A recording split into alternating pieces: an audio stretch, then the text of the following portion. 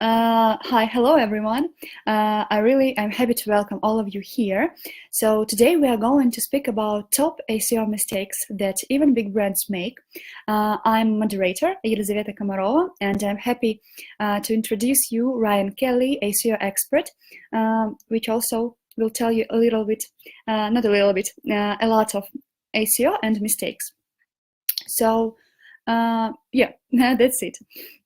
So who I am actually? My name is Elizaveta, and actually I am happy to be the ASOdesk lead of customer success team, and I think that my great aim is to create the synergy between the client and the company, and of course that to make all that my team can to grow our clients' business. Because if their business grows, our the same. So our plan is first we will speak about the most important aspect of ASO, then practical cases of failed ASO, top tips, questions for our expert, and useful links for you. So let's start with the question, what is ASO? Actually, App Store optimization is an ongoing process of improving the visibility of a mobile application in the store. So here we are talking about keywords, about the relevant and popular keywords, and its optimization. And also it's the optimization of conversion, of impressions or page views in search into downloads for all traffic sources. So here we are talking about screenshots, about reviews, ratings, video, and so on. So first one is to make your application visible for your clients in the search results. And the second one, to make them download your app when they see the page of your application. The purposes, and here actually I've told you the purposes. So first one, we increase the visibility of the app, and then we improve view to download conversion. And the most important aspects, it's actually the first one with which we will start. And App Store consists of estimation of keywords popularity, semantic core creation, fast localization into other languages, competitor research, metadata creation, measuring ASO effectiveness, traffic sources analysis. And in each of these points, everyone make mistakes. I don't know why this is happening, because all the time, all the experts, we held the webinars and we tell how to actually to do the ASO. But we are the people, so we make mistakes, and today we will tell you how not to make them. So first one, estimation of keyword popularity. So what can I tell you here? All the time when we start our work with application, we start our work with the semantic core. The semantic core consists of popular and relevant keywords. So we need to check their popularity.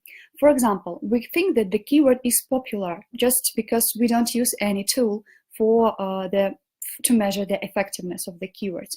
But in reality, it can bring you only 10 impressions per day. So of course, it's not a lot, and you don't need to use this keyword. You can find a lot of popular keywords, relevant keywords for your application. You just need the ASO instrument for it. Of course, I can't not to tell you about our ASOdesk instrument. In our platform, we check the keywords popularity, and we call the popularity index daily impressions. So you can understand that these keywords will bring you the traffic, this keyword not. The second one is to check the popularity at least every month, because ASO is an ongoing process and everything is changing. The store can change its algorithm for creating the suggestions, or anything else can happen, and you need to see it immediately in case you can replace the keywords with the new ones. It's really important. Semantic core creation, the second step, and here you need to collect as much keywords as possible, they should be, of course, relevant for your application.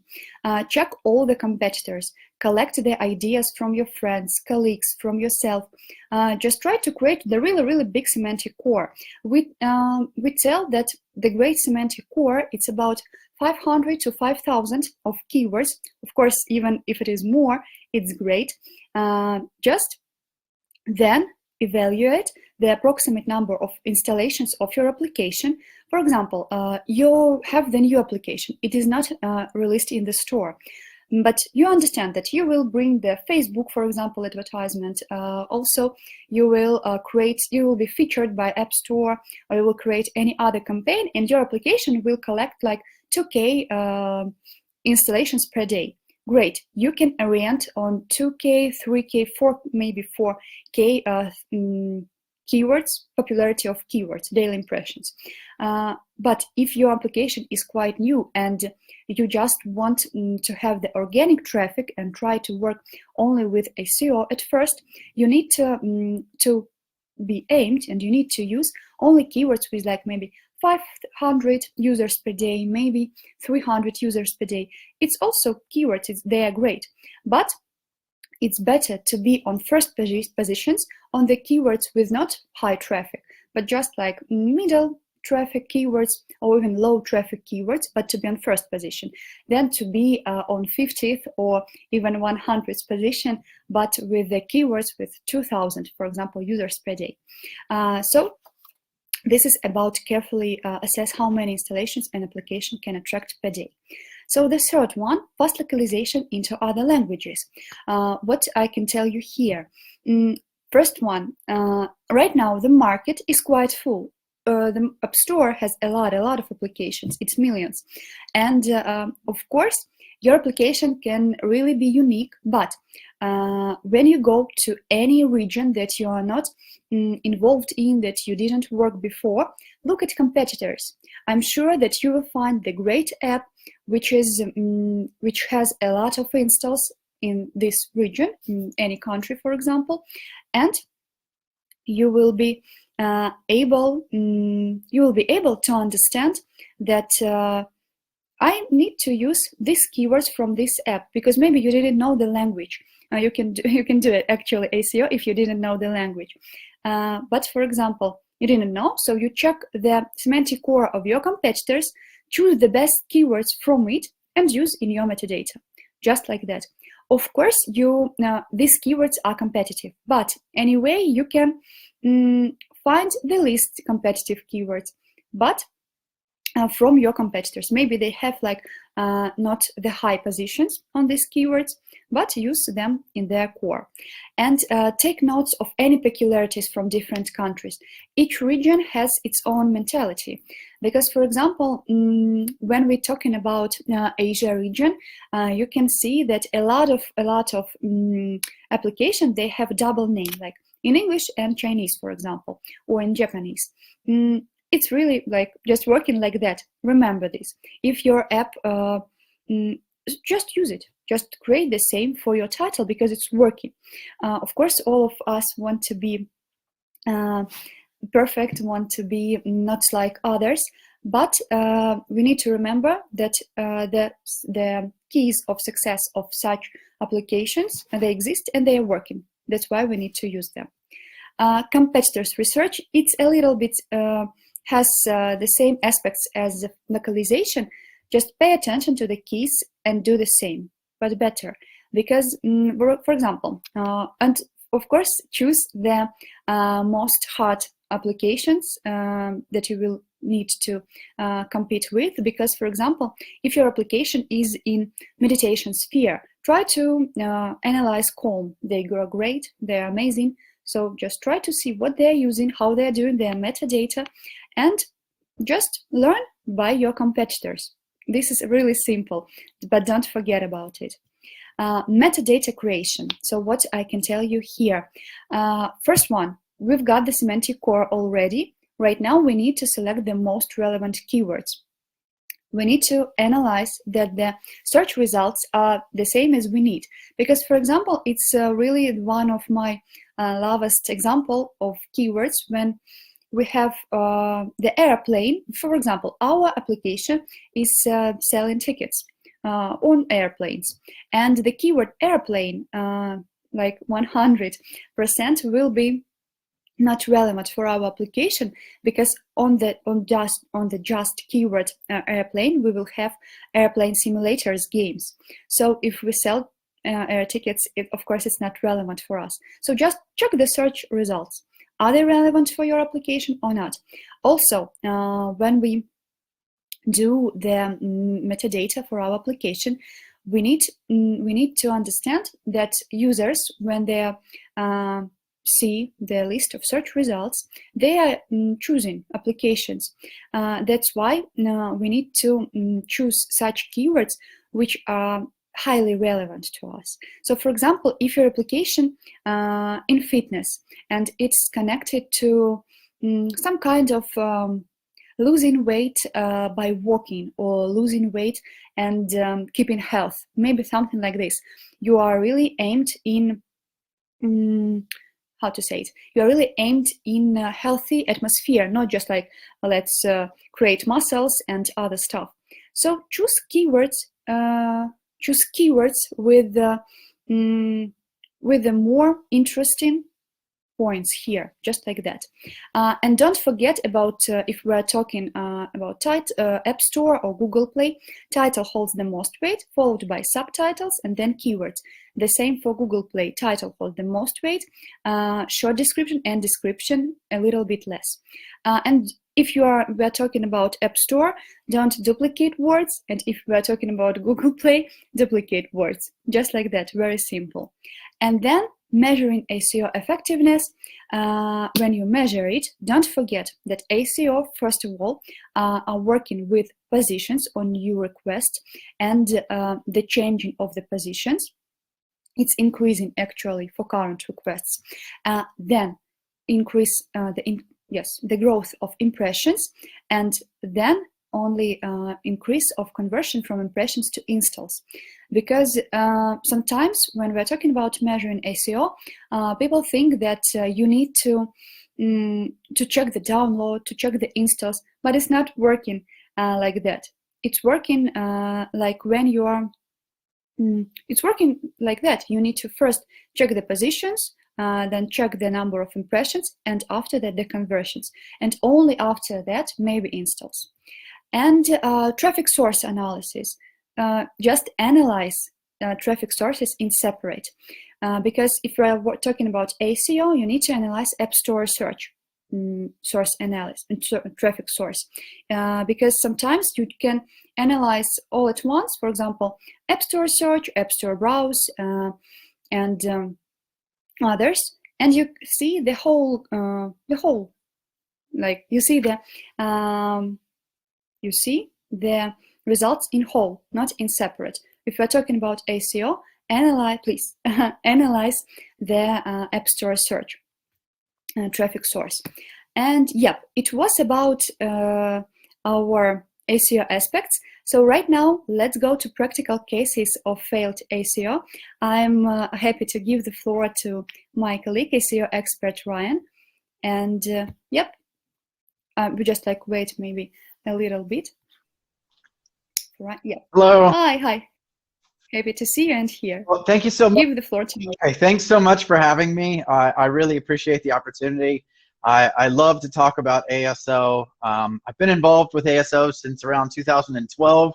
I started out as a game publisher. I was a rescanner. I did lots of black hat ASO. I was really on the dark side until Google caught up with me and basically shut my accounts down, and I had to do something else.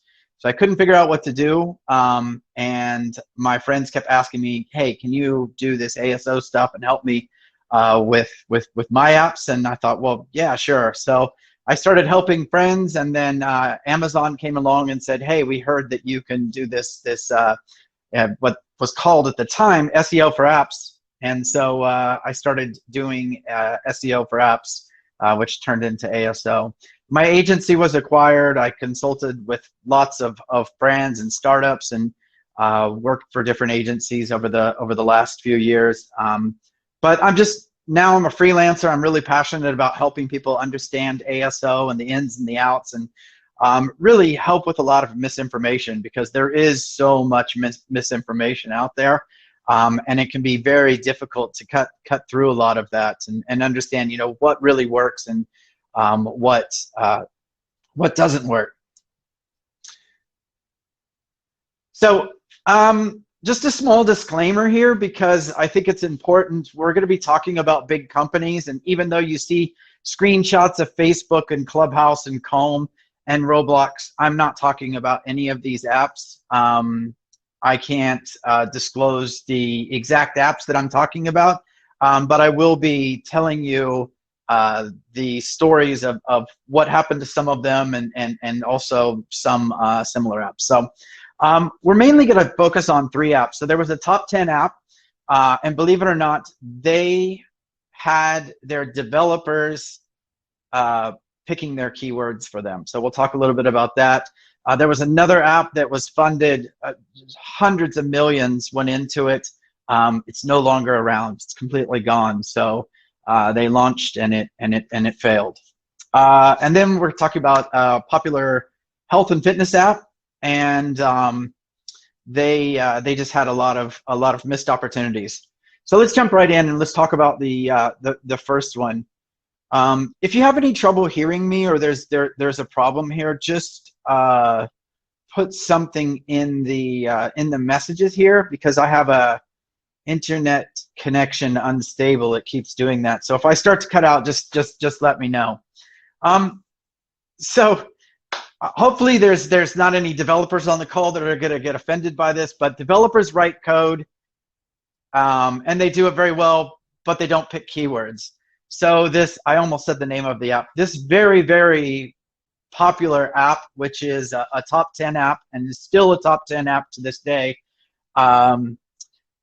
They came to us as an agency, and they said, hey, can you help us with this ASO stuff? We've never done ASO before because everybody knows who we are. And so we said, yeah, sure. So the first thing we do is always ask for access to App Store Connect. We looked in App Store Connect, we looked at the keywords, and they had 2 keywords that were there. It was app, and then it was keyword, and then I believe, and maybe I'm making this up, but it seemed like they actually had the word placeholder in there as well. So in their 100-character hidden keyword field, they had 2 keywords in US English. That's it, nothing else. And they had this for years and years and years and years, and they never did anything about it. So I guess there's a couple lessons to be learned here. One is brand search is very big, and for most brands, it probably drives up to 95% of all their searches. But there still is that 5%, which is generic keywords or competitor-based keywords, non-brand keywords, and there's a lot of opportunity there. And so when you're not using that subset of keywords that are not brand keywords, you're leaving a lot of money on the table. So what ended up happening was this company came back and said, look, thank you so much. We saw a 1% increase in the number of installs since we did an update of the keywords, since we added keywords. And so 1% might not sound like a lot, but when you have hundreds of thousands of installs and you're able to improve 1%, it can be a lot. Also, kind of some of the other, I guess, lessons that you can take from this is think about how users search. There are a lot of browse users and a lot of people browsing the store. So users are searching for similar apps a lot of times. It's probably more in the Google Play Store, where they tend to, the user behavior dictates that they browse a lot more and they download lots of apps. I didn't know this was a thing, and I was speaking to somebody the other day, a few people, and they were Android users, and so we were talking about user behavior, and I said, yeah, and sometimes Android users will download like 4 or 5 different apps and then kind of figure out which one they like the best, and then uninstall the other ones, and they all said, yep, that's exactly what we do. So there are a lot of users who are downloading lots of different titles and testing different titles.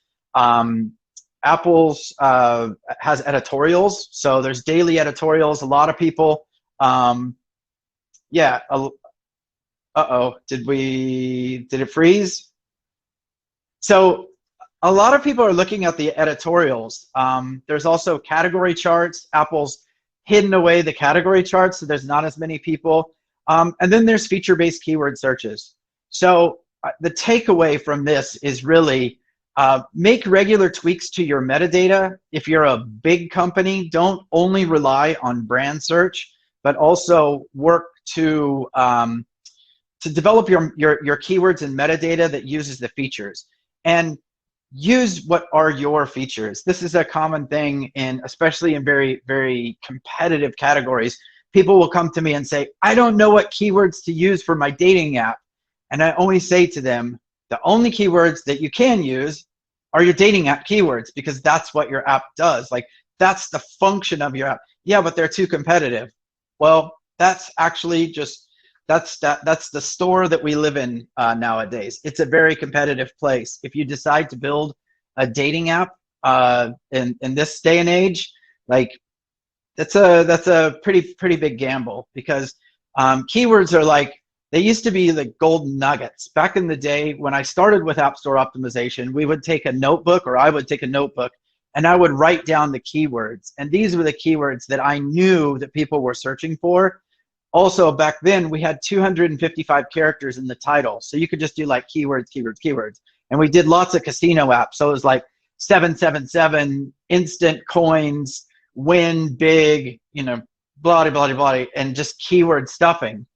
But you can't do that anymore. So I think there was a point to that, but somehow I decided to tell a bunch of stories. But make sure, I guess what I was talking about was the golden keywords. So we went in, the early people in ASO that have been around for a long time, we went in and we mined all of the golden keywords out of the store. So now what you have is you have very niche-based keywords. So if you can't find the keywords and that you're probably going to be able to compete on, then it's best to niche down and find the keywords that maybe don't have as much traffic, and that are related to your audience. Typically, we find that new apps need quite a bit of push from paid UA to be found. So I think we're going to do questions at the end. And the only other thing I wanted to say with that is, yeah, don't rely on other people to make updates for you. Don't ask your developers to upload your metadata. I know it's as easy as just copying and pasting, but you as a growth manager or a product manager, or maybe you're an independent developer or ASO manager, it really is up to you to manage all of that, and don't expect anybody else to do it. I've seen people that have, the developer has uploaded it and put spaces in between the keywords, and it just meant that like they ended up with like 6 keywords out of probably 18 to 20 that you could fit into the hidden keyword field. So just make sure that you kind of manage that. Don't rely on assistance, even when it's an agency. You know, uploading this, your metadata is something that anybody can do, and you really should be familiar with the Apple App Store Connect and Google Play Dev Console. So that was only the first slide, and I have a feeling we went all over the place there. So ASO is a, did I skip one? No. Okay, so ASO is a long-term strategy with no short-term gains. The next app that I want to talk about is a startup. They were super well funded, and to the tune of, I mean, maybe maybe 100 million was too much, but it was a ton. Like, it was so much. And they said, you know, we want to do ASO because we want to have the best chance of doing as good as we possibly can. So we're going to have this big launch, and you know, this is like, as soon as we launch, we're going to become the next big thing, and it's going to be great. The problem was they just assumed that that everyone was gonna think it's great. They didn't do any testing. They never soft launch. They and this is a super common mistake.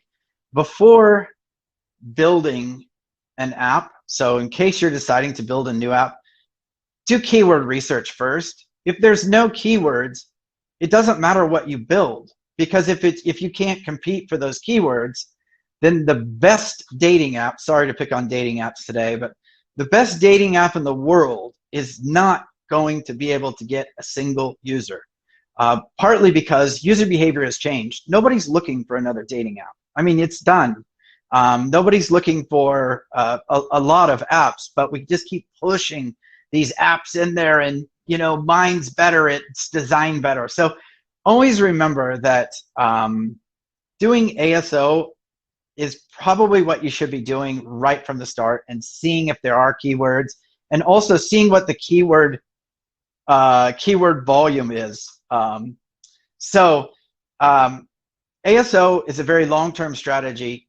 Don't expect to launch. And this is another question I get all the time. People say to me, yeah, so after we launch, how many downloads do you think we're going to get?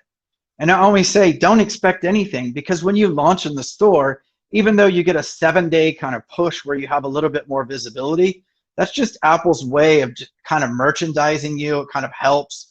But really, you're kind of in a sandbox until you get enough click-through on your keywords to be released from that sandbox. So that's also why if you don't get enough click-through on your keywords, after a couple weeks, it's really hard to find the app. And this is especially true in Google Play.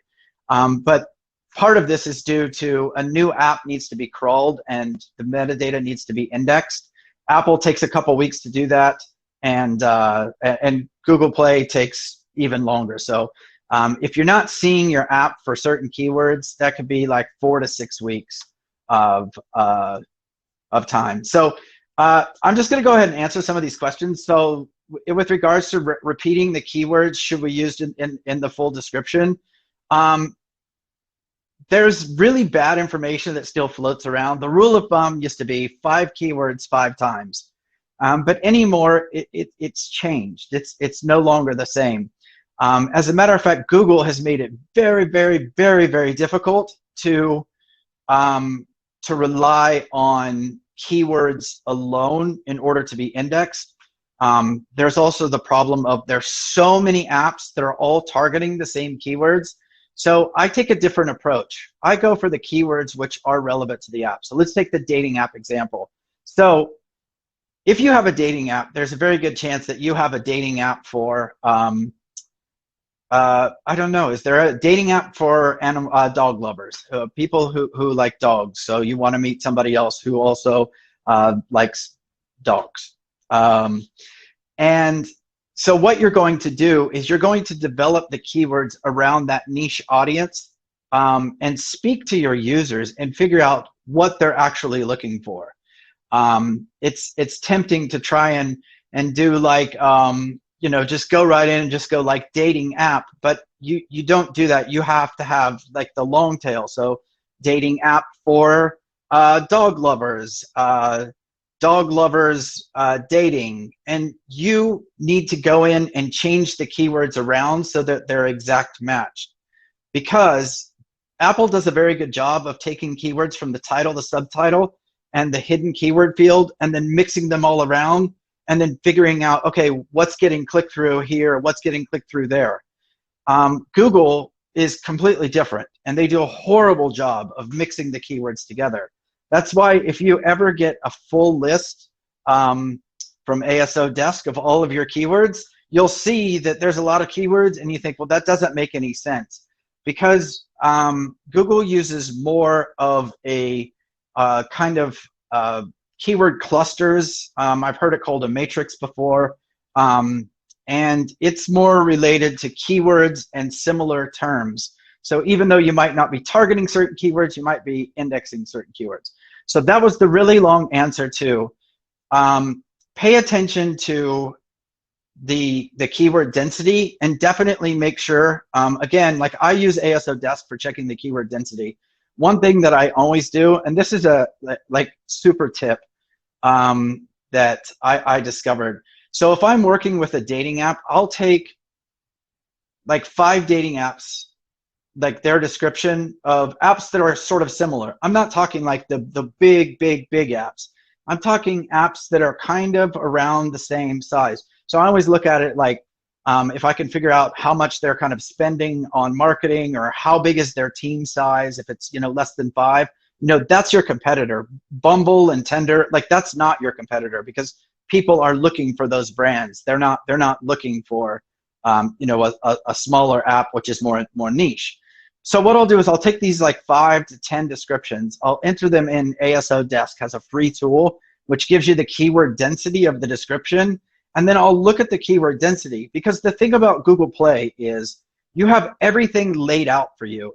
I almost look at it as like you're laying out the blueprint for a building, and I look at it and I go, oh, okay, so the most important keywords are in their title and in their short description. Okay, great.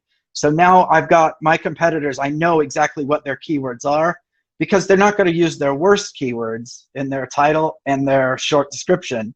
And then I look through, okay, the screenshots. Okay, the first 2 screenshots, 2 to 3 screenshots are going to be the ones that convert the most.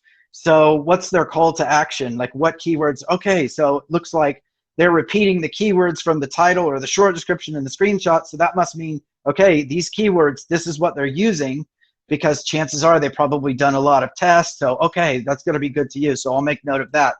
And then from ASOdesk, looking at the keyword density, I can see the keywords, like the one word, 2 word, and 3 word phrases.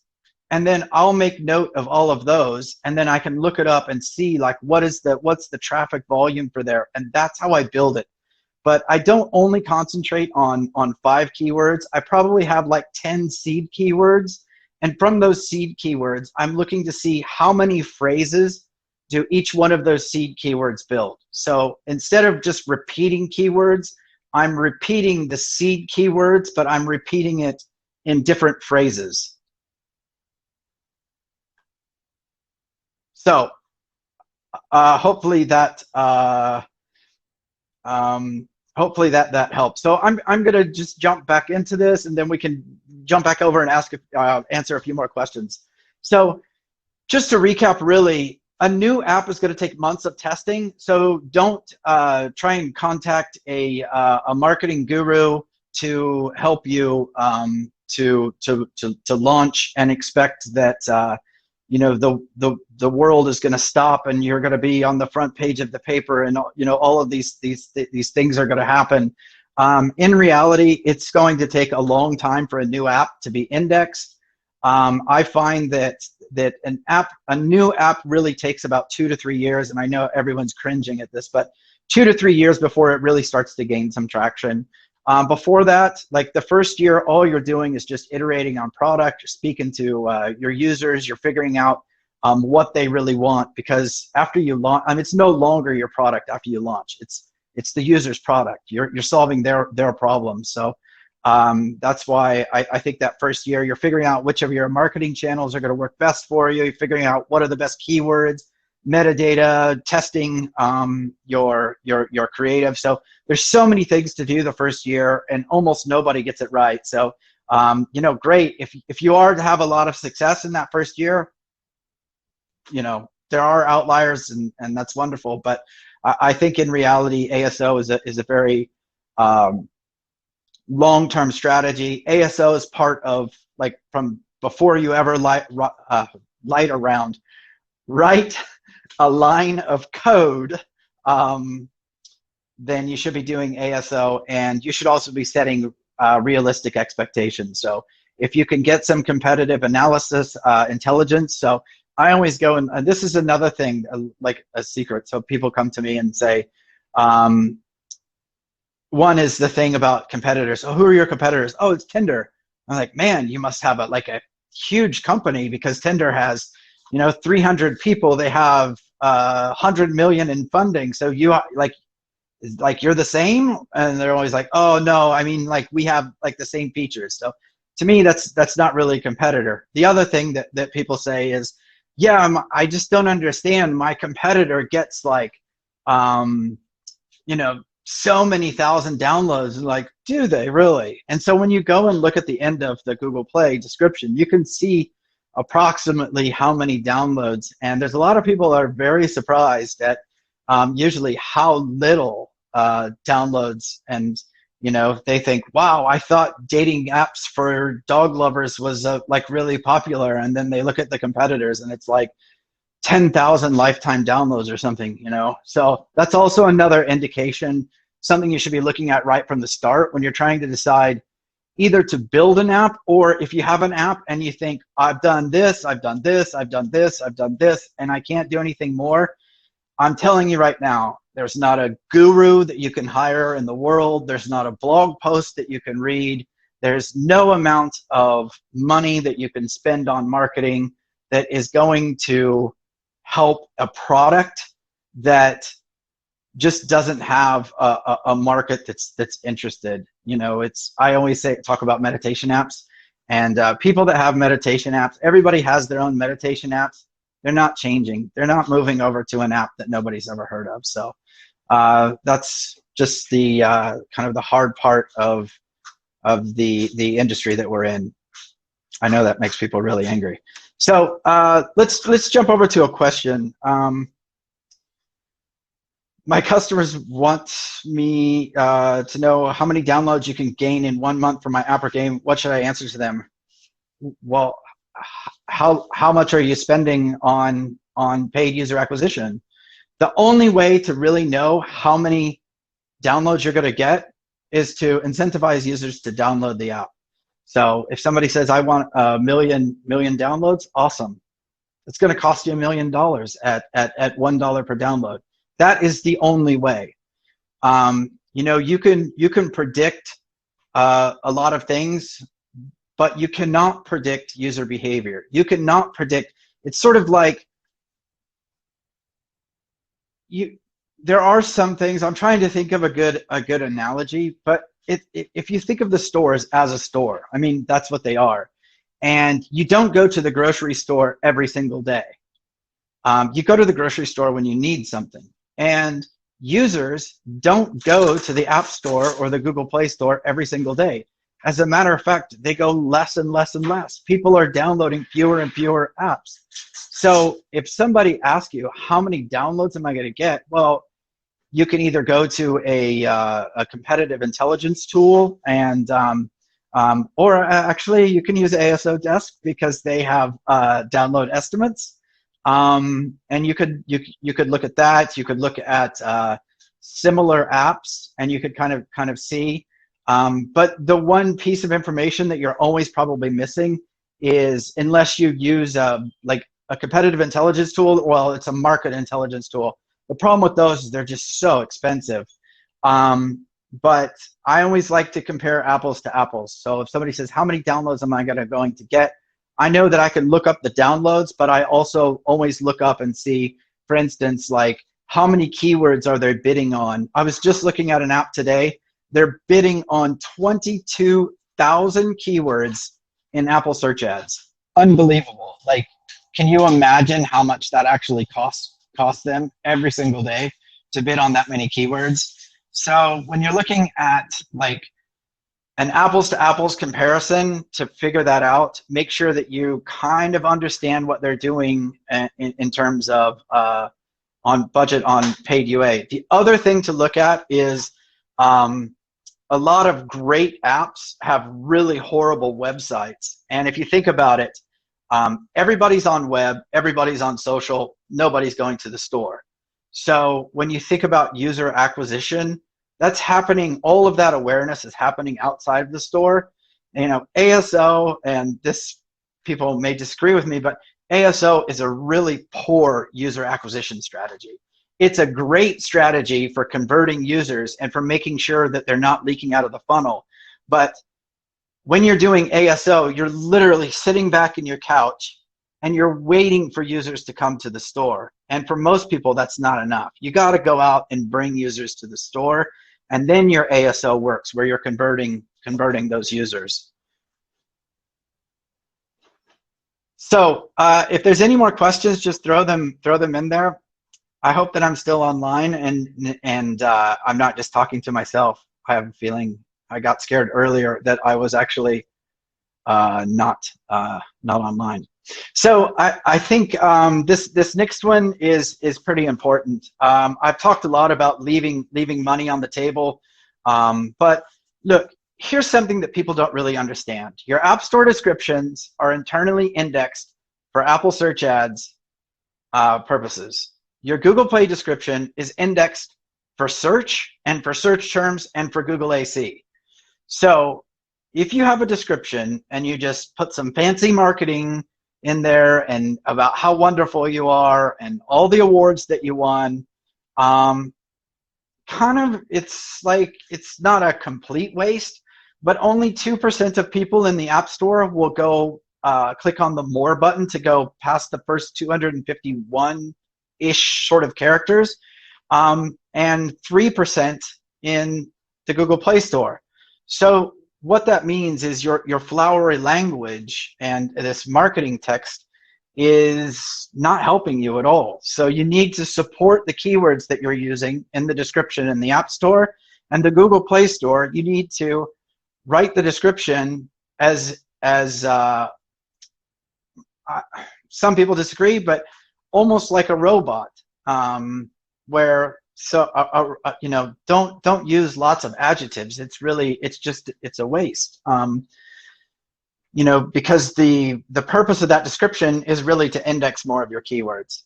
So the big mistake that I see, and I see this all the time. So I work on you know, developing this whole keyword database for the Google Play Store, and I hand it over to a copywriter with instructions. Okay, it has to be formatted exactly like this. Do not change anything. Do not do that. Do not that. You're really, all you're doing is, and this goes for localization as well. And I always tell them, you know, don't change any keywords. Don't, like, you have to use these keywords, and the structure has to be this way. And they always come back and go, well, this doesn't sound good. Like, we thought it sounded a lot better this way. And then they go and they change a bunch of it. And then a month or 2 months later, when we have this meeting and they want to see the effects of ASO, I have to tell them, well, there are no effects because you changed all the work that I did, and you de-ASO'd my ASO description. So this happens in big companies all the time, because these big companies understand SEO, but SEO and ASO are two different animals altogether. And usually ASO just gets lumped over to the SEO team.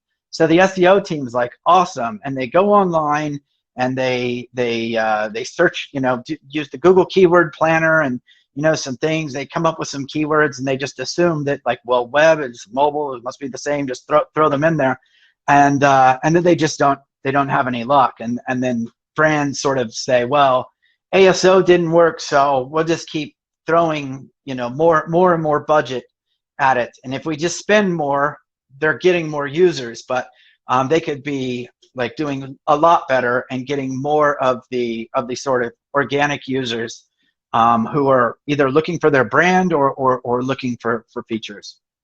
So what are some of the techniques for increasing your brand awareness in the App Store apart from keyword optimization? Well, brand awareness doesn't happen inside the App Store. It happens outside of the App Store. You know, it's like a store. If I'm selling a breakfast cereal, like, I'm not going to be able to stand there and you know, next to the aisle when the person comes to the store and say, hey everybody, I've got this breakfast cereal, try it. And just like you're not able to be there in the App Store or the Google Play Store saying, hey everybody, try out my dating app. It doesn't work that way. That's why you have to have community, brand, everything that you're doing outside of the store. And there are 100,000 things that you can do outside of the store to build awareness around your brand. Whether that's handing out flyers with a QR code with to download an app to your audience. But this is the other thing that, you know, when you build an app, people always come to me and say, well, we didn't, like, we haven't really done social media, and we haven't done like a website. And I always tell them, like, that's where everybody is. So how did you build a product if you haven't been talking to your users the whole time? Like, I don't understand. Usually I tell people, if you can get 1,000 people on your email list to be beta testers, then you should probably go ahead and build it. If you're trying to build it now after you've launched and you have no email list, you know, you're not building content, regular content. You know, the big thing now is build in public and sort of market in public and show people what you're doing. You know, those are great ways. But on top of that, there's lots of paid UA that can be done, whether that's paid content, whether that is the obvious Facebook, Snapchat, Instagram, TikTok, all of those. You know, people say, well, it costs so much money. Well, it costs that much money to get in front of users. And if you want 1 million users, you're going to have to. You know, you can't fight it. And at some point, you're going to have to work on this. So what I always like to say is there's three parts to mobile marketing. So there's the product, and unfortunately, a lot of people think their product's great, and in reality, it's not that great, and nobody's looking for it. There is no demand for that product. So any amount of advertising is not going to help, and any amount of content is not going to help. So what I'm trying to say is you've got to have like a great product. You've constantly got to be talking to users, iterating on the product. You know, work with a UX designer. Don't design it yourself. Don't outsource it to somebody offshore.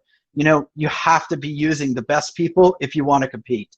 And then on the other side, you have your paid and earned, or your earned and owned media. So website, social, all of those things, they just need to be active every single day. You know, there's a big difference between building an app and building a business. Building an app is easy. Anybody can do it. You can launch an app and put it in the store next week, especially Google Play. You could probably do it in a few days and just put it out there. But that's not a business. You know, a business grows. A business grows to the point where you employ people and you have a marketing budget and you can do all of these things because you need paid UA. So a great product with no paid UA is not going to work. And, you know, amazing ASO without the support of Apple Search Ads and Google AC is not going to work. Like, you have to have all three really for success, in my opinion. So do you mean the 250 characters won't be enough for the fold? No, I just mean that there's 251 characters that are above the fold, meaning if you look at the description, the first part of the description, there's 251 characters, including spaces and line breaks. And so I always say, like, what's the problem? First thing, problem statement. Are you looking to meet the person of your dreams at the dog park, but can't seem to meet them? You know, I don't know. This was so cheesy, but that's all I could think of. We're on the dating dog thing right now, and so I state the problem so that people read it. You know, I hope that they read it and they go, yeah, actually I am. And then I say, well, Doggy Dating is the app for you. Download today, and you know, for free, and da da da da da. And then I sort of hook them in to try and get them to expand the description. But a lot of people are just, they're lazy. So they're going to look at the screenshot or video if you have it. They're going to look at maybe a little bit of the description. They might look and see how many stars do you have, how many reviews and stuff. But yeah, that above the fold text, it can really, really, really, really, really help you. The other thing that can help, and you know, it seems like the things that help the most are the things that people don't want to do, or they, instead of doing it themselves, they try and hire somebody else to do it. You know, nobody should be responding to reviews except for yourself if you're a smaller independent company. But you've got to respond to every review, positive and negative, and not through a template. You have to be able to, well, sorry, you can use a template, but it needs to be customized because Google looks at that very, very heavily. They weight that very heavily in their ranking algorithm, just like lots and lots of things they have in their algorithm, which makes me wonder sometimes how important your description and keywords are as compared to some of these other things. So make sure that you respond to all reviews, positive and negative. You try and flip the reviews. But more than that, make sure you're listening to what users are saying. If they don't like the app, they don't like the app for a reason. Like, don't keep going, like, make an update. So I know that's easier said than done. It can be quite expensive, but that's what it takes to compete nowadays. So I'm happy to take more questions, and just to kind of recap a little bit, you know, it doesn't matter how big you are, everybody needs ASO. So, and as a matter of fact, the bigger companies are only just discovering that with ASO, they can actually get a lot more installs, which turns into revenue if they are optimizing, if they're improving visibility, if they're improving conversion, especially conversion. Which is the one factor that probably has more impact than any other factor. The other thing is, you know, just because you have a big budget for launch doesn't mean that you're going to launch and lots of people are going to be there.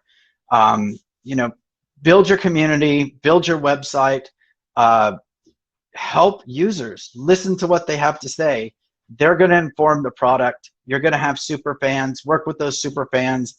I see a lot of apps that are just like, they're just sending loads of like sweatshirts and t-shirts and coffee mugs and all sorts of things. And, you know, before they were doing these meetups and stuff, and they were really taking care of their users and trying to get those users to sometimes develop a lot of content, so create their own videos and leave reviews, but also more than that, they're going to tell their friends. So this is really why you have to think outside of the box. So this is a really good question. I just saw this question come up. For a new app, ASO is not going to do anything for you because, again, nobody knows who you are. Nobody even knows you exist. And there's a very good chance they're just not going to know to even look for you. So if you want more installs when you launch an app, you need to bring in more people. However you're going to do that, Reddit, Quora, LinkedIn, your own group, your own Discord group, you know, a Slack group, email marketing, content, a vlog, building in public, meetups, AMAs, rewards, affiliates, influencers, paid marketing, paid campaigns.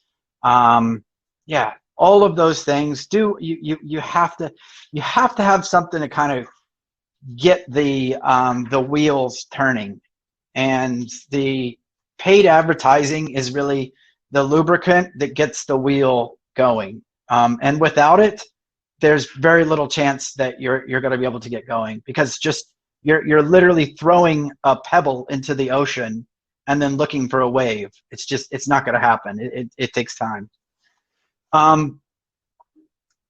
So let me see here. So here's just some other tips that while I was putting this together, I was trying to make this to where I could keep it under an hour, because I love this stuff and I could just keep talking you know, on and on and on and on about it. But I think one thing that a lot of people fail to do is they don't plan. They don't have a 12-month plan. They're looking at, like, I want to get you know, 1 million downloads, and that's really I don't want to say it's dumb, but it's not as good as breaking it down into smaller chunks. You know, instead of saying I want to do that, say, well, I want to get 100 daily active users. I want to build a product that's good enough that I can get 100 daily active users. If I can't get 100 daily active users, well, then maybe I have a wrong product. Maybe I need to pivot. Maybe I need to do something else. So then from there, I say, okay, well, now I'm going to set a revenue goal. So I have a subscription app. So I want to sell 100 subscriptions of 1 year. If I can get 100 people to commit to using my app for 1 year, then you know, that's my goal. And then I can keep making goals from there. But 12-month, like, have a 12-month strategy. You should know that, okay, Mondays I'm posting this. Tuesdays I have like a group with where I'm actually speaking with some of the users. Wednesday is website Wednesday, so we post a new post of content.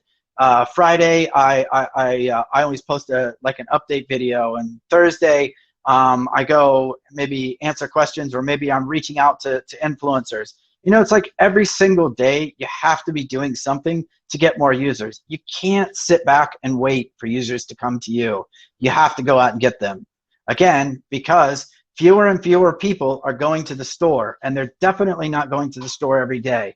And people are downloading fewer and fewer apps. We're getting to a point of saturation. So not everybody's looking for a new app. So they're not gonna, go to the store. Think about your own behavior. How do you act? Do you leave reviews for apps all the time? Well, if you don't leave reviews for apps, don't expect anybody to leave reviews for your apps. I mean, that's just kind of like how it goes. People are like, well, I don't know how to get more reviews. Well, you need to understand like what other apps are doing. You need to be using those apps every single day and figure out where the review prompts come from. So,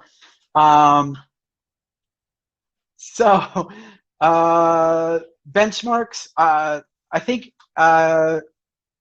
ASOdesk has CBR benchmarks. So that's another thing. Instead of saying I want 10,000 downloads or 10 million downloads, first of all, improve your conversion to where you're converting up to the benchmarks. Even the Google Play Developer Console has benchmarks.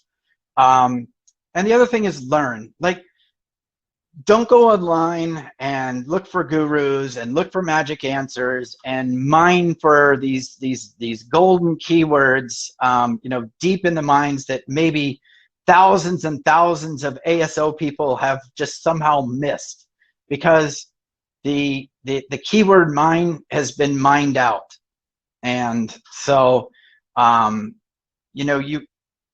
what you've got to do now is you've got to reverse engineer what's working. You've got to niche down. You've got to learn one tool. Like, don't worry about what everything else is doing. Learn ASOdesk if that's your tool, and read the blog posts, read the content, contact them. If you don't understand something, contact them and ask them, like, what should I do about this? How do I find keywords? This is what my app is. What do you suggest? Or maybe you have an idea for to improve the platform, some data that's missing that you would really like to have. So I'm sure they would love to have that. So those are kind of some extra tips that that I'm saying, and not just because I'm on the webinar, but I also I'm a user of ASOdesk, so there are some features that they have that no one else has. So that's why I say that. Yeah. So you find out new trends for games. This is really interesting. So when I first started back in 2012, it must have been 2000. I just think that we have everything was freezed. So right now, I think that everything is okay finally. I will just ask Kate. I think everything is okay right now. Sorry for interrupting you. I just want to figure out when we stopped seeing you. It was like maybe 3 minutes ago. Oh, really? Yeah. Oh, that was when the best information was. Yes. Okay. Can you please repeat so last 3 minutes? No problem. So I'm happy to. So I don't know if you heard, but basically I'll give you the short condensed version.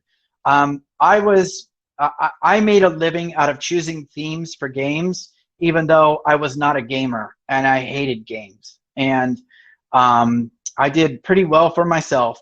But the way that I did it was I went in and I played games every day. I spoke to other gamers. I asked them, like, what games do they play? I spoke with other developers and I asked them, like,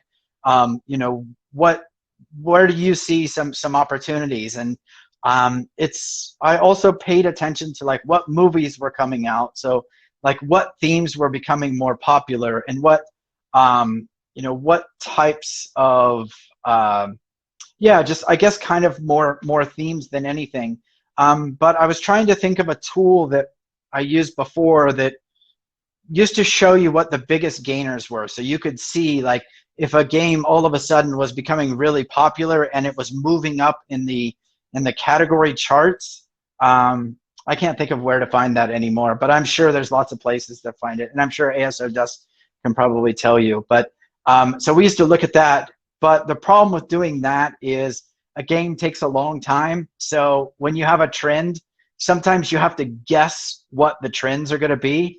But if you're a gamer, you already know. If you're playing a game and you're like, it's okay, but it could be a lot better. Well, there you go. That's exactly where you have to go to find the trends for games. Any more questions there? I think there might be some other questions at the end, or I'm happy to answer questions. I think right now we can start with our questions, because first of all, thank you so much. It was so amazing. I just I'm moderate something because really very amazing material. I'm just so happy to listen to you also, be one of the participants of our webinar.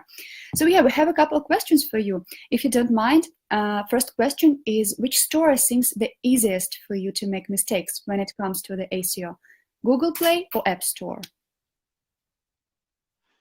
Well, here's the biggest mistake. I say both of them because people think that that keyword optimization is enough. But keyword optimization, it's like a mountain. And you do keyword optimization and you find the keywords and you put them in your metadata and you're halfway up the mountain. The rest of the way up the mountain is Apple search ads. So if you don't have the budget for Apple search ads, then you're only going to get halfway up, meaning you're only going to end up in position sort of 25, maybe 20, 15 if you're lucky. But you really have to be like able to compete for those spots. I mean, depending on what the app is. And on the other side, it's Google AC, which also you need to be able to use Google AC. You need to have some budget to be using that, because keyword optimization is only going to get you so far, and then the paid search, and then also the users that you're bringing in. But as far as the technical optimization and the mistakes I see, by far, Google Play. People will do all sorts of crazy things in their Google Play description, and none of them are actually like very smart. So Google Play, you have to be a little bit kind of sneaky. So you can sneak parts of titles into the description without getting caught. I can't think of one thing, but you have to be very crafty with your words. But I see people just blatantly exact matching, keyword titles of other apps, and this is not really allowed.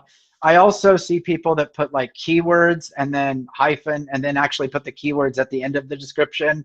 So look, I'm all for testing, and I think Google Play is a great place to test because you can update so often. But remember that your keywords take a little time to index.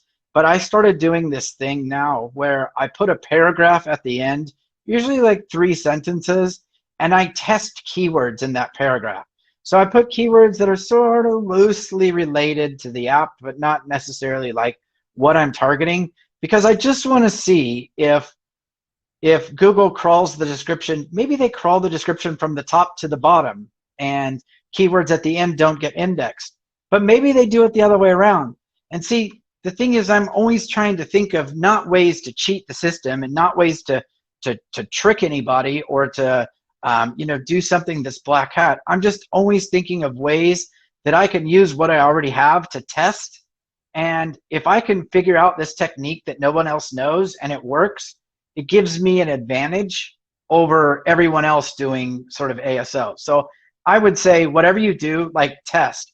But I think the biggest mistake I see is people just like, they don't even care about the description, or they don't, if perhaps like English isn't their first language, they just kind of try and like put some stuff out there. But again, Apple internally indexes descriptions. Google externally indexes descriptions. So they're both important, and they both need to be done in a way that that works for the store. And our second question is, why do you think some big brands just don't care about ASO? I have a feeling that like some of them just don't care about 10-15% of traffic, but stay for product improvement, brand awareness, and etc. Because big brands focus on vanity metrics. Big brands love to see how many downloads am I going to get, and they can hold those download numbers, against their chest and rock them back and forth. Look at how many download numbers we have. But that doesn't mean shit if you're not making any money, because at the end of the day, you are solving problems for your users first and foremost, and you're a business, remember, not an app, which means in order for your business to stay in business, you have to make revenue. So instead of looking at downloads, look at revenue. And big companies, they don't, like, they know the revenue is going to come, but it's a lot easier for them to wrap their heads around download numbers. And I think the other thing is, and this is a big thing, right now, I can count on probably two hands the number of very, very big unicorn companies that are looking for ASO people, and they cannot find anyone. They don't want to work with an agency. They want to hire somebody internally. So if you're an app developer that you think, oh, well, you know, maybe my apps, like I was, my apps weren't very good. So I was like, oh, I'll have to do something else. But right now is the best time to get into ASO because companies are dying for to find somebody to do ASO. So I think big brands realize the importance, but they can't find people to do it. They don't know how to do it, or they give it over to their SEO team, and that's a huge mistake because typically those people have you know, they're great at SEO, but really not very good at ASO. Sorry if anyone's into SEO and I offended them, but it's true. Actually, we see the same picture, like in the clients which came to us, the same stuff. They're a big company, but they're searching for someone to make their ASO, to work with our product, but they can't find them. So that's why you're 100% true. Yep, thank you so much. The third one is, which parts of the metadata seem the most easiest to make mistakes in? And maybe you can show any examples. Well, it's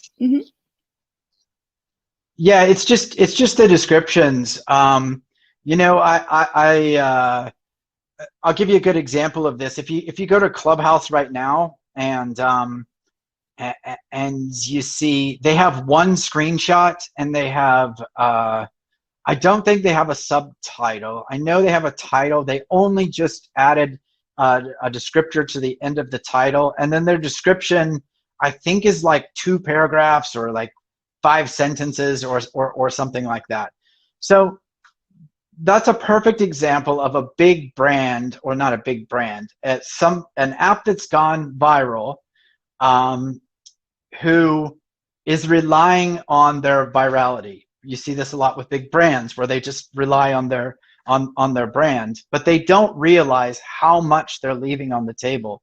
If they just spent the time to work on conversion, to have screenshots, to have a description which is indexed, to use Apple search ads, Google AC, do all of these things, well then if they're at this level and they're getting this many installs, and you know, who knows what they could be getting if they just had a little bit of effort. So I would say that those are the the easiest mistakes to make are not spending enough time. And I think the other one, and this is really hard for people to understand.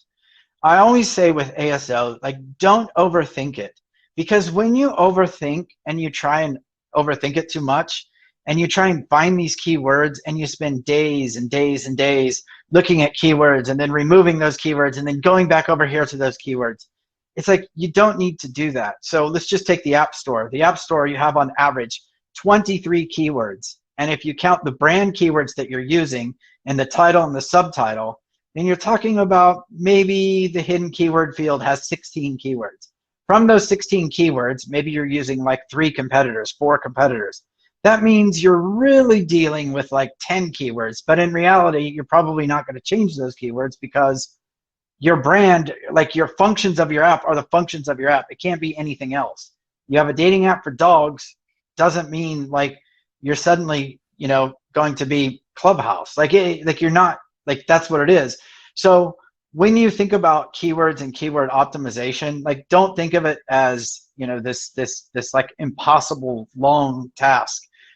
Yeah, you can spend some time researching and coming up with ideas, but understand that you're talking about changing 5 keywords, and maybe you're changing it twice a year, maybe 3 times. So it's not people just tend to overthink like everything so much, when if you have a plan and you just follow it and you just know that, okay, this month we're going to update our keywords. Okay, 3-4 months down the road, we're going to do another update, you know, based on what we had. It doesn't have to be this, really difficult task. Yeah, thank you. And last but not the least, about SEO in whole. Do you have a feeling that SEO sphere should cope with a huge perception problem? Vast majority think that SEO is about keywords only, but in reality it is not. Perhaps if we fix this problem, big brands will be more aware of the SEO importance. So I kind of look at it this way. I say that there's 3 pillars of ASO, and these pillars have changed. So before you used to have what I call classic ASO, and classic ASO was keyword optimization. And this is back in the day when there were hardly any apps. So, you know, you could have keywords and you could rank #1. We used to outrank lots of apps with really poor apps, but you know, you could do it. But things changed, and I guess it probably started around 2016 till now. And now we have really what's called ASO 2.0, which is the newest updated version of ASO. And everything kind of flips around, where now the most important aspect of ASO is conversion, and it's conversion rate optimization, CRO. So that has the biggest impact over everything else. Then after that, you have paid search or search optimization. So you're optimizing your Apple search ads. You're using Apple search ads to test your creative. You're using Apple search ads to expand your keywords and to test your keywords. And you're using Apple search ads for visibility. And then last, we have visibility optimization, which was the old kind of keyword and metadata optimization. So now keyword and metadata optimization, and I'm okay with people who disagree with me on this, but it has so very little impact that tweaking your keywords a little bit, a couple times a year, is really all that you need. And so I don't even talk about keyword optimization. The only reason that I will do keyword optimization now is because I want to lower the CPI for Apple search ads. And for Google AC, I want to be able to have keywords that are relevant, and I want to get good placements.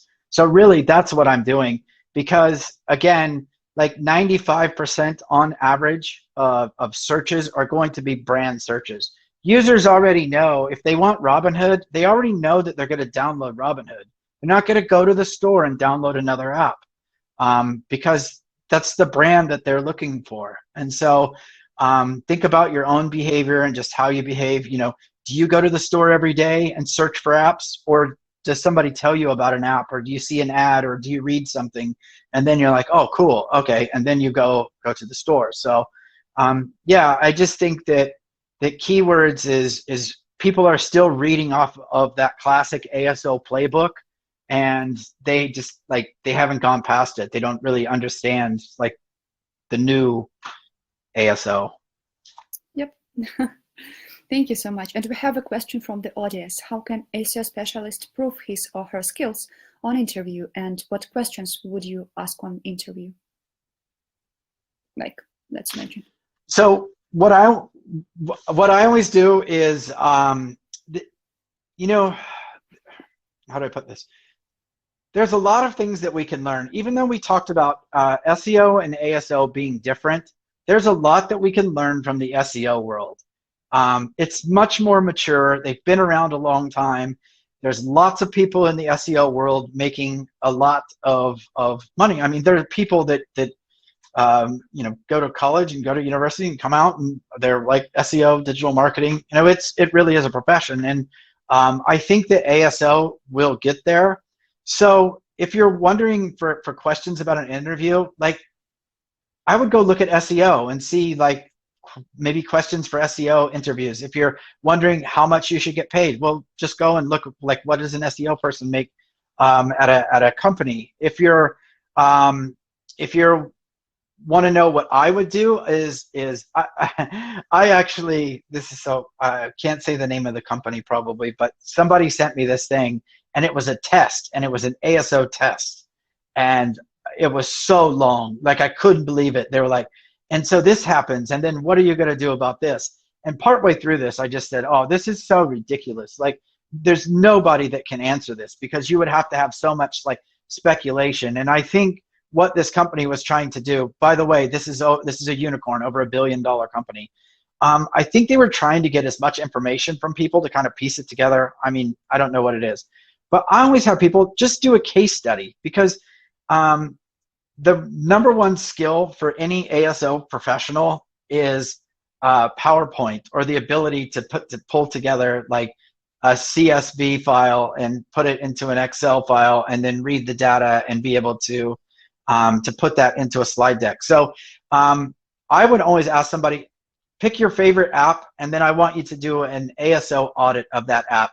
Tell me what they're doing good. Tell me what they're not doing good. I want you to do it in 5 slides, no more, and then I want you to present it to me on a call.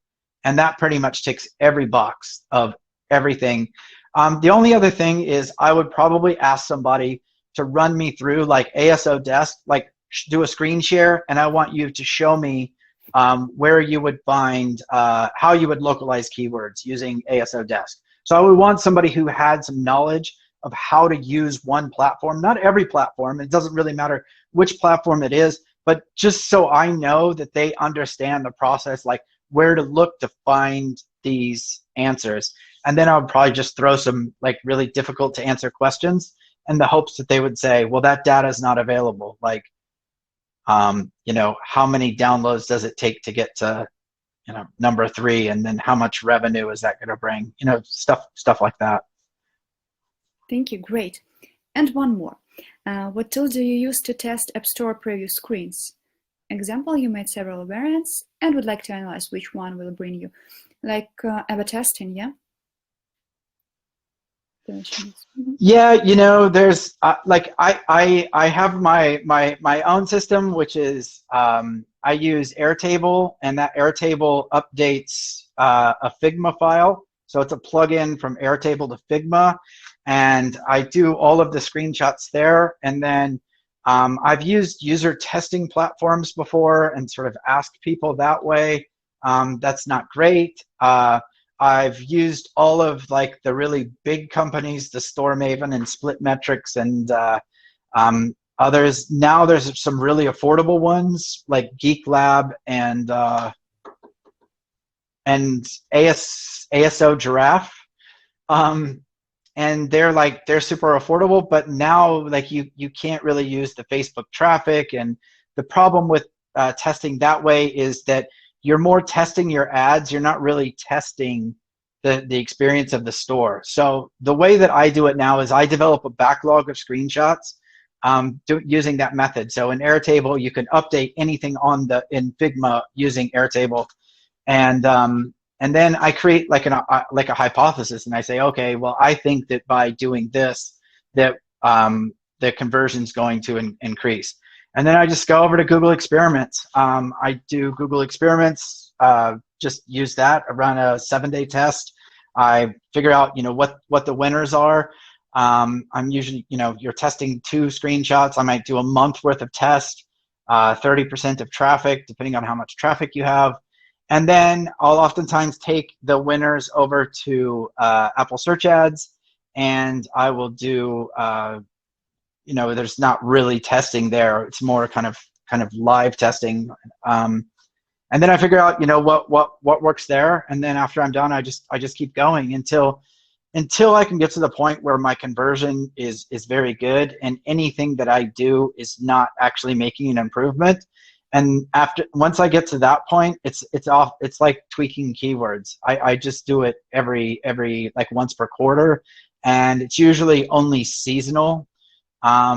Or if sometimes I like to test stuff. I notice a lot of people are doing these kind of giveaways in the first screenshot, and so I've been testing that a lot lately. So yeah, that's what I use. Mm-hmm. Thank you. I knew I was wondering how long it was going to be Yeah, before 14. an ATT question comes up, but I think it's one of those things that's constantly evolving. I'm not the person to really talk about it. I mean, there's so many people online that are so much smarter than I am.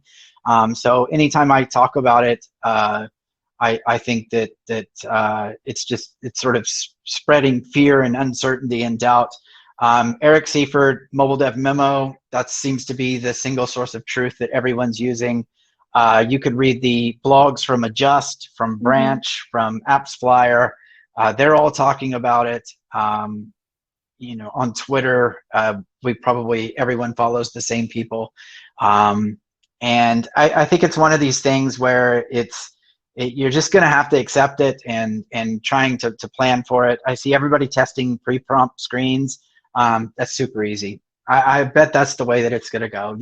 You show a pre-prompt and get them in. I think somebody is showing, is it SoundCloud? I don't know who it is. They're showing a screen that says, where did you find out about the company?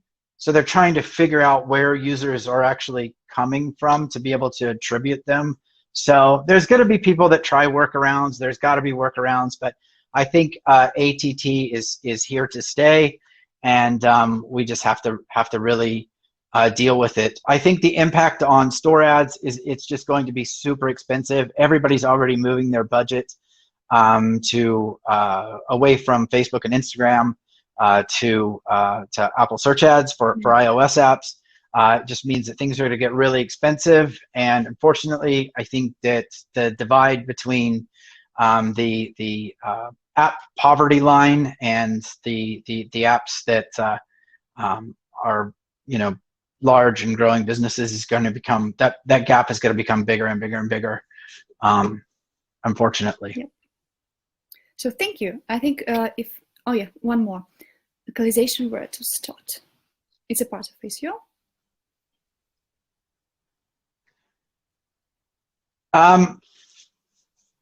I always look at localization in a couple ways. So I sort of have a test. I'm like, okay, do you have a support person who can deal with reviews in that language, or do you have a tool, you know, that you can do? Is your app actually localized, or is it just in English? Do you know that you have a market there, or are you just going to test the market? Is your app, you know, sometimes though apps do surprisingly well outside of the US. So with localization, I kind of do this sort of checklist that I go through with the client where I try and figure out, like, is it worth it? Because localization is something that takes longer, because you have to do it in such a way that the person that you work with who is a translator is able to not just translate it, but localize it and still keep it ASO best practices. So we didn't really talk about that, but that's a good question, because I would have to say that's probably the hardest thing to do. And it's not impossible. The one tip that I have for you, and don't everyone go and share this, is the thing that works the best is to develop a set of keywords, which I call baby talk. And I use these words, which are baby talk, which users would use to find an app. And it's pretty much in every country. So just like the simplest form would be boy, girl, family, game, things like that, that are related to the app, that are basically very simple keywords. Then I put them into a table, and then I translate it one for one for one for one. Then I contact somebody and I say, look, okay, this is what I want you to do. I want you to tell me if any of these keywords don't make sense contextually, culturally. Like if you know, one thing, for instance, is like dating. And so dating, or date in Germany was like the day of the week or something. So they just used the same English word. So I also look for that. And then, like, that's how I do it. I've done it for big companies, and it's like it's much more involved than that, because you have somebody that you have to train and then show them how to do it, and then you have to have somebody else who even checks it. But then you have to deal with all the support and support issues from all the different countries. So I think if you have the time, you have the budget, you have the patience, and you can localize, then I would do it. And if you're going to do it, I would start small and use the baby talk method, and then then improve it from there. Yep, especially if it is test, like Kate wrote, for testing. Yes, it's amazing technique. Follow up with me. Oh yeah, of course. And right now, thank you so much. It's about useful links. We are almost at the end of our story, and we've actually made you the list of interesting links, and in our blog, we have a really great blog, what to read. It's really, I hope it will be very useful for you. So of course, we will send you with the webinar by email. So yeah, just read them in our blog. Read our blog one more time. I'm sorry to repeat it, but it's really great. A lot of great tips, a lot of work we put in here.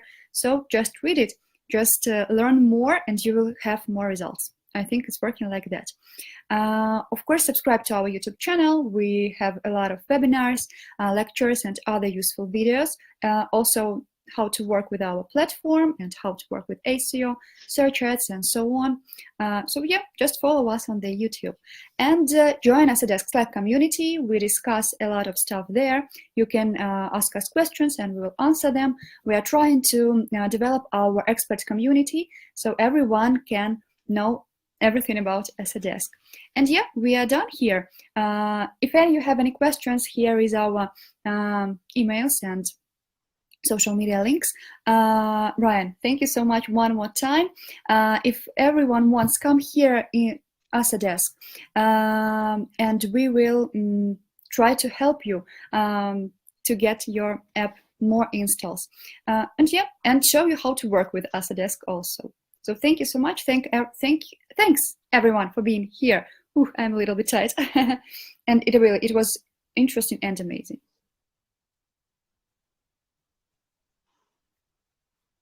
So yeah, goodbye everyone.